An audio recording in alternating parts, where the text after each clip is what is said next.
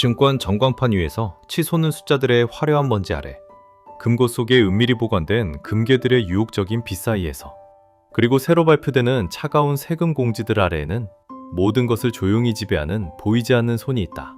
그것이 바로 인플레이션이다. 사람들은 여전히 주식의 파도를 쫓고 금 가격의 광풍에 뛰어들며 세금 정책 앞에서 몸을 웅크린다. 마치 각각이 서로 다른 이야기인 것처럼 말이다. 하지만 진실은 다르다. 이 모든 것은 하나의 체스판 위에 놓인 말들일 뿐이다. 그리고 그 판에서 가장 뛰어난 플레이어는 바로 인플레이션이다. 있는 힘.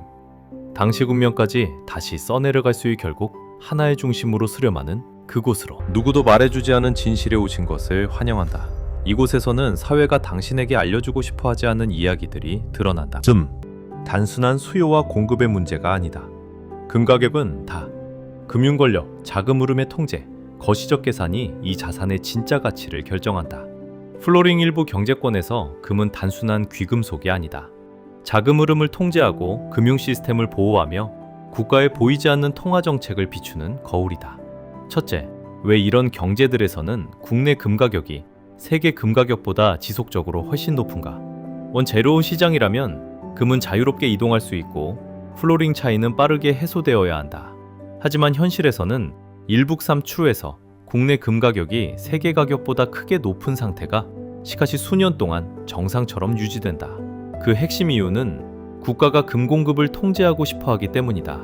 중앙은행이 금 수입을 통제하거나 독점하면 FK 공급을 조절해 원하는 가격을 유지할 수 있다. 만약 금 수입이 완전히 개방된다면 공급은 늘고 국내 금 가격은 빠르게 하락해 세계 가격에 근접하게 된다. 발개대로 공급이 조여지면 금은 희소자산이 되고 가격은 계속 오르며 세계 수급 관계를 제대로 반영하지 못하게 된다. 금 수출을 제한하거나 금지하는 건 역시 아예 자연스럽게 조정되지 못하게 만든다. 금이 외부로 흘러나갈 수 없기 때문이다. 그 결과 국내 금 시장은 자연 법칙이 아닌 정책에 의해 설계된 시장으로 변한다. 금뿐만이 아니다. 이런 경제들에서는 환율 역시 엄격하게 관리된다. 환율이 완전히 자유롭게 움직인다면 자국 통화가 약세를 보일 때 세계 금 가격을 환산한 국내 금 가격은 더 크게 뛰어오를 것이다. 하지만 중앙은행이 환율을 통제하면 금 가격은 세계 시장과 분리된 독립적인 가격 구간에 갇힌다. 그 구간에서 금은 더 이상 단순한 금속이 아니라 국가의 재정, 통화 정책을 직접적으로 반영하는 일종의 그림자화폐가 된다. 둘째, 국가는 왜 이렇게 금을 통제하는가? 금은 단순한 안전자산이 아니다. 일부 경제에서는 자본 유출을 막고 금융 시스템을 보호하는 자금 조절 장치로 활용된다. 만약 국내 금 가격이 세계 가격과 같다면 사람들은 금을 쉽게 사서 엠비업적이고 빠르게 자산을 해외로 옮길 수 있다. 하지만 국내 금 가격이 세계 가격보다 지나치게 높다면 금을 통해 자산을 해외로 옮기려는 사람은 상당한 가치 손실을 감수해야 한다. 이 가격 차이는 일종의 보이지 않는 세금처럼 작동해 자본 이동을 비싸고 매력 없게 만든다. 다음 목표는 자금을 다시 은행 시스템으로 유도하는 것이다. 금 가격이 높은 상태로 유지되면 사람들은 금을 보유하는 대신 은행에 돈을 맡길지를 고민하게 된다. 그 결과 금융 시스템은 안정적인 유동성을 유지한다. 여전히 금을 보유하는 사람들은 매수와 매도 가격 차이라는 큰 위험을 떠안게 되고 금은 단기 투기 수단이 되기 어려워진다. 만약 국내 금 가격이 세계 가격과 비슷하다면 대형 투기 세력은 쉽게 파도를 만들고 시장을 조작하며 금융 불안을 초래할 수 있다. 극에근이 공장은행이 공급을 제한해 금 가격은 훨씬 어려워진다. 가격 차이가 금의 매력을 떨어뜨리기 때문이다. 이 시점에서 금 가격은 더 이상 단순한 수요와 공급의 결과가 아니다. 그것은 경제 정책의 신호다. 국내 금 가격이 세계 가격상적으로 상승할 때 그것은 종종 통화 정책이 전환 국면에 들어섰다는 신호다. 특히 경제에 풀리는 돈이 늘어날 때 더욱 그렇다. 그것이 바로 통화 완화 정책이다. 정부가 경제를 자극하고 싶을 때 돈을 더 풀고 금리를 낮추며 통화 가치는 약해지고 사람들은 금으로 몰려간다. 이때 금 가격은 마플레이션에 대한 공포로 급등한다. 금은 화폐 가치 하락에 대한 보험이기 때문이다. 또한 행정구조 개편이나 경제 방안 역시 자금 흐름을 바꿀 수 있다. 말지가금이 금에서 부동은 주식, 공공투자로 이동하면 금 가격은 정체되거나 소폭 조정된다. 반대로 구조조정이 느리거나 효과가 없으면 금 가격은 높은 수준을 유지하거나 마이 오히려 더 오를 수 있다. 한 경제가 정전반적인 재정 전략을 조정하는 시기에는 중앙은행이 적극적으로 개입하지 않아도 금 가격이 크게 오를 수 있다. 이는 정책 당국이 KR 금 가격을 경제 과도기의 신호로 그대로 두고 있다는 뜻일 수 있다. 중앙은행이 정말로 금 가격을 낮추고 싶다면 추입 규제를 완화해 가격 차이를 깨트릴 수 있다. 하지만 그 선택이 아직 이루어지지 않았다면 다음 질문이 남는다. 앞으로 무슨 일이 벌어질 것인가? 첫 번째 시나리오. 통화 공급 정책이 계속 유지된다면 시중 자금은 더욱 넘쳐나고 인플레이션 우려는 커지며 금 가격은 계속 상승할 것이다. 은행 금리가 더 내려간다면 자금은 더욱 강하게 금으로 몰리고 또 한 번의 상승 국면이 만들어진다. 두 번째 시나리오. 중앙은행이 금 가격을 식히고 싶다면 금 수입 정책을 완화하면 된다. 수입이 늘어나면 공급이 증가하고 가격 차이는 빠르게 줄어든다. 하지만 이 선택에는 항상 위험이 따른다. 금이 지나치게 유입되면 자금이 은행 시스템을 떠나 유동성이 줄어들고 금융 불안이 발생할 수 있다. 세 번째 시나리오. 경제가 진정으로 회복된다면 금 가격은 점차 스스로 조정된다. 자금이 부동산, 주식, 실물 경제로 돌아가면 금의 매력은 약해진다. 하지만 이 과정에는 시간이 필요하다. 회복 속도가 느리다면 금 가격은 오랜 기간 높음을 유지할 수도 있다. 결론은 하나다. 금은 초보자를 위한 게임이 아니다. 국내 금 가격은 단순히 시장에 의해 결정되는 것이 아니다. 그것은 국가의 통화 정책, 재정 정책, 그리고 자금 흐름을 통제하는 메커니즘에 깊은 영향을 받는다. 따라서 금 가격의 격차는 정부가 자본 흐름을 조절하고 시장을 통제하며 금융 시스템을 보호하기 위한 보이지 않는 경제, 정치적 도구가 된다. 경기를 부양하기 위해 돈을 푸는 것, 혹은 금 수입을 조이거나 완화하는 것만으로도 판세는 언제든지 바뀔 수 있다.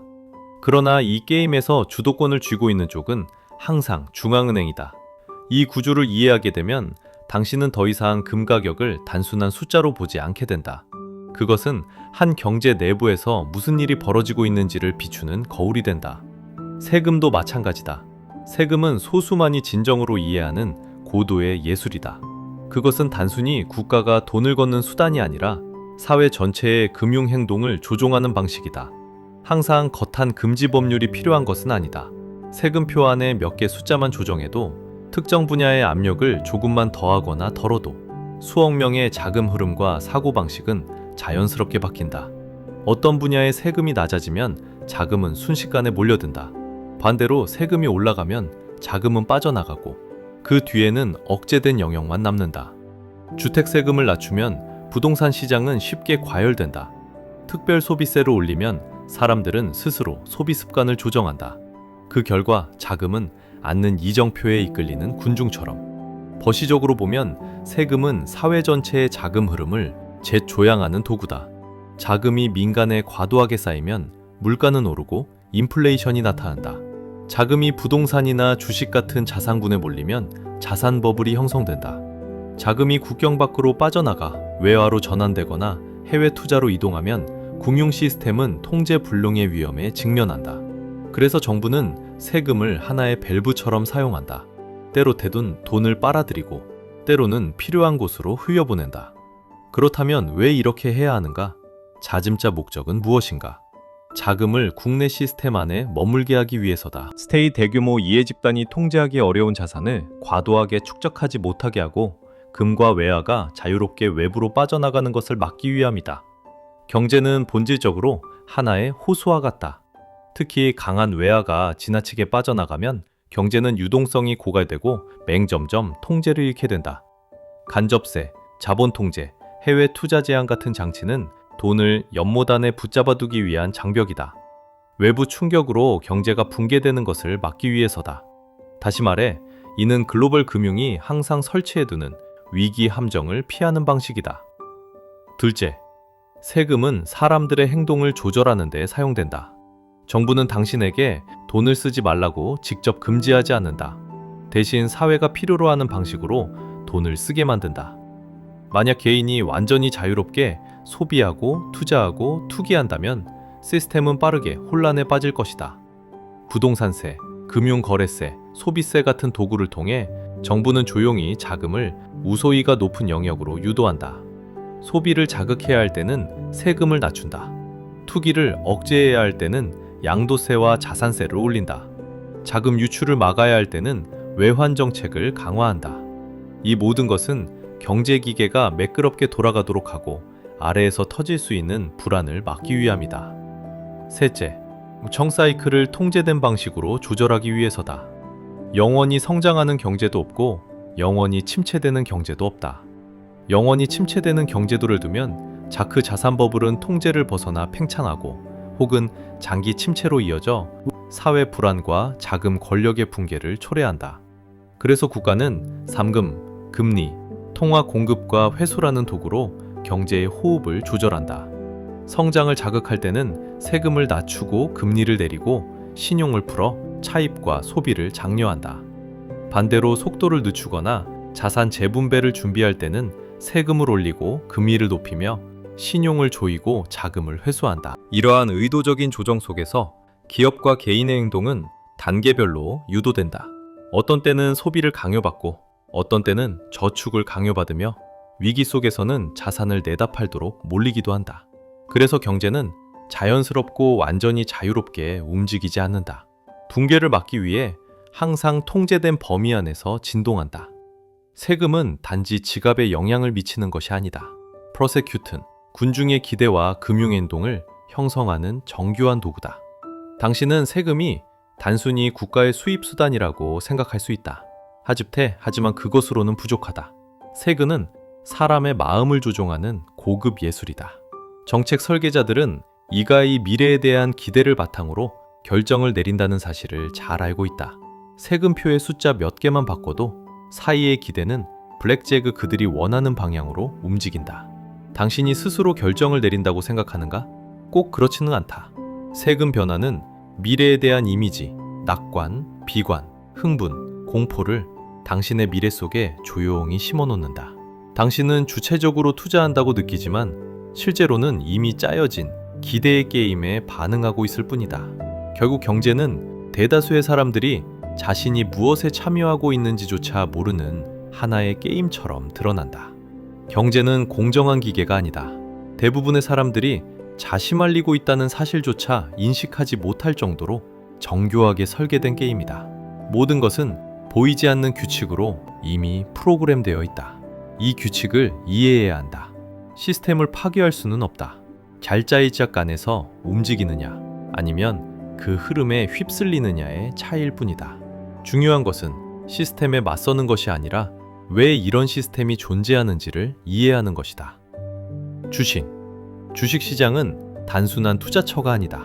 자산을 합법화하고 위험을 개인 투자자에게 분산시키는 공간이다. 주식은 종종 부자의 게임이라 불린다.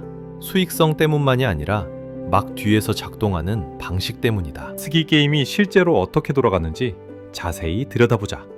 첫째, 주식은 자금 합법화의 이상적인 도구로 여겨질까? 유동성이 매우 높기 때문이다. 돈은 쉽게 드나들고 그 출처는 거의 문제 삼지 않는다. 자산 가치는 크게 흔들린다. 주가는 짧은 시간에 수백 % 오를 수도 있고 그것은 시장 논리 안에서 정상으로 받아들여진다. 이 환경에서는 재무 수치는 미화될 수 있고 기대는 부풀려지며 거래만 존재한 합법으로 간주된다. 진짜 출처는 끝까지 추적되지 않는다. 그래서 주식시장은 투자처일 뿐 아니라 복잡한 거래층위를 통해 자금이 세탁되는 장터처럼 작동하기도 한다. 그렇다면 왜 정부는 주식시장을 만들고 유지하는가? 중역 중 하나는 비업 부채 압박을 덜어주는 것이다. 주식을 공개해 위험을 사회에 분산시키는 것이다. IPO는 기업의 재정 부담을 이전하는 도구가 된다. 기업 어려움에 처하면 긍정적인 정보, 부양 정책 또는 자금 투입으로 주가를 떠받칠 수 있다. 기업은 다시 자금을 조달한다. 많은 국간을 지원하는 제도를 만들고 대규모 자금이 합법적으로 시장에 들어오도록 길을 닦는다. 은행 예금의 가치가 떨어지면 사람들은 주식으로 이동하도록 유도된다. 그리고 그 돈은 시장 회전 속으로 다시 빨려 들어간다. 위기 시기에는 사람들에게 직접 돈을 나눠주기보다 금융시장에 자금을 투입해 자산 가격을 지키고 대기업을 구제한다. 정보와 자본력을 가진 대형 펀드는 뉴스와 기대, 실적 발표로 시장을 이끈다. 이익은 주로 엘리트에게 돌아간다. 나머지 위험은 뒤늦게 참여한 개인 투자자에게 전가된다. 그리고 사이클이 뒤집힐 때 그들이 대가를 치른다. 요약하자면 주식시장은 단순한 자금 조달의 장소가 아니다. 부채를 팔고 위험을 분산하며 자금을 합법화하는 공간이다. 스기업은 상장을 통해 재정 압박을 해소하고 큰 돈은 합법적인 통로를 찾으며 개인 투자자는 반복되는 상승과 하락 속에서 가장 많이 소모된다. 그렇다면 왜 정부는 대기업과 대형 그룹은 자주 구제하면서 많은 소기업의 파산은 방치하는가? 그 답은 임베라스멘트식 속에 있다. 대기업은 경제의 중추로 여겨진다. 하나의 대기업은 단순한 기업이 아니라 전체 시스템을 떠받치는 핵심 연결고리다. 만약 한 대기업이 무너진다면 도미노 효과는 빠르게 확산된다.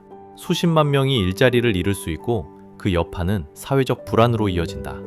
은행들은 막대한 대출을 제공했기 때문에 심각한 손실을 입게 된다. 국가는 주요 세수원을 잃게 된다. 대기업들은 보통 국가 재정의 큰 비중을 차지하기 때문이다. 강남자다들의 신뢰는 흔들리고 금융시장은 연쇄 붕괴의 위험에 놓인다. 송국가는 이런 시나리오를 허용할 수 없다. 그 대가는 구제금융을 위해 돈을 찍어내는 것보다도 더 위험하기 때문이다. 많은 경우 대기업을 구제하는 것은 곧 국가 자신을 구제하는 일이기도 하다. 경제가 붕괴되면 권력 구조의 안정성 역시 위협받기 때문이다. 수익 느는 큰 기업 하나가 무너지면 노동시장은 심각한 타격을 입고 실업은 증가하며 사람들의 시스템에 대한 신뢰는 급격히 떨어진다. 대기업이 도산하면 은행들은 수십억 달러의 대출을 회수하지 못할 위험에 직면한다. 이 경우 국가는 연쇄 붕괴를 막기 위해 개입할 수밖에 없다. 그렇지 않으면 금융 시스템 전체가 연쇄 채무 불이행 상태에 빠질 수 있다. 그리고 그 반응의 끝에는 항상 하나가 등장한다. 바로 인플레이션이다. 평생 일해받은 월급도 한 번의 인플레이션 앞에서는 무력해질 수 있다. 당신은 직장이 있고 매달 월급을 받는다. 축하한다. 빨리 안심하지는 마라. 저축을 하면 인플레이션은 조용히 그 돈을 갉아먹는다. 집을 사면 은행은 이자를 계산해 당신이 수년 혹은 빚을 지게 만든다. 투자를 하면 당신이 함정에 빠지기를 기다리는 누군가가 항상 존재한다. 그렇다면 결국 당신은 부자가 되고 있는 걸까? 아니면 합법적으로 피를 빨리고 있는 걸까? 쓰라린가? 끝이 아니다. 그래서 가난할 때는 서로를 상처 주지 말라. 치유할 돈도 없기 때문이다. 기은 많은 경우 윤리보다 이익을 원한다. 열심히만 하면 회사가 알아줄 거라고 믿는다면 당신은 너무 낙관적인 것이다. 당신은 인사팀의 엑셀 시트 속 숫자에 불과하다. 매일 꾸중을 듣고 매일 압박을 받는다. 당신이 퇴사해도 FK 회사가 보상해야 할 것은 거의 없다. 야근을 불평 없이 하면 회사는 추가 인력을 뽑을 필요가 없다. 10년을 일해도 임금이 크게 오르지 않는 이유는 당신보다 더 싸게 일할 사람은 항상 있기 때문이다. 그렇다면 당신은 자식 커리어를 쌓고 있는 걸까? 아니면 사장이 매년 차를 바꾸는데 기여하고 있는 걸까? 이유는 간단하다. 기업은 말 잘 듣는 직원을 좋아한다. 관리하기 쉽고 활용하기 쉽기 때문이다. 낮은 월급에도 묵묵히 일하고 해고가 두려워 이직을 못한다. 시키는 대로 하고 질문하지 않는다. 추가 교육도 필요 없고 문제를 일으키지도 않는다. 야근에도 불평하지 않고 보너스가 깎여도 참아내며 인건비를 줄여준다. 큰 그림에는 관심 없고 자신의 작은 역할만 수행한다. 회사가 가장 좋아하는 직원은 회사의 매출과 이익에 호기심을 갖지 않는 사람이다. 결론은 매우 단순하다. 일자리가 부족한 것이 아니다. 싼 값에 일할 사람이 부족할 뿐이다. 당신이 뛰지 않으면 다른 누군가가 더 빨리 뛴다. 사회는 당신이 얼마나 지쳤는지, 얼마나 스트레스를 받는지에 관심 없다.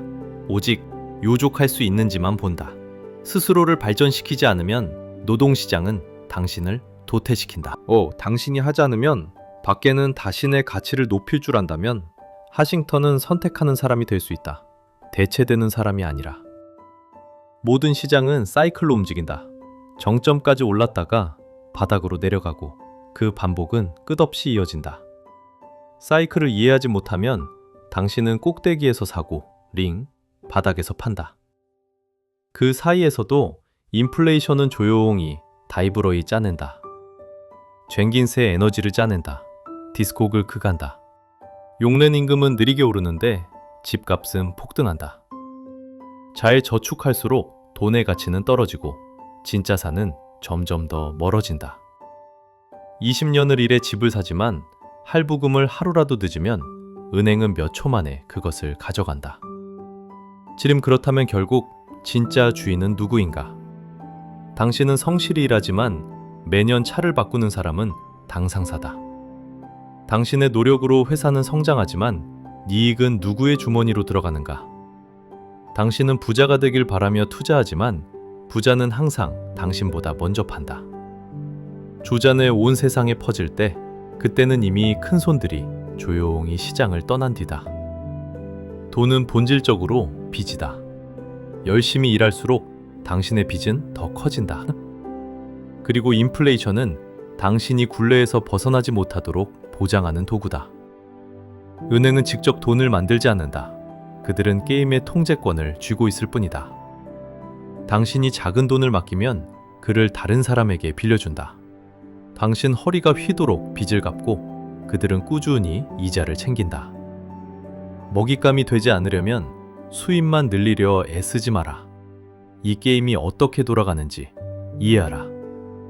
오늘의 팟캐스트가 어떤 생각거리를 남겼다면 좋아요와 공유 그리고 구독으로 숨겨진 진실과 함께해 주길 바란다.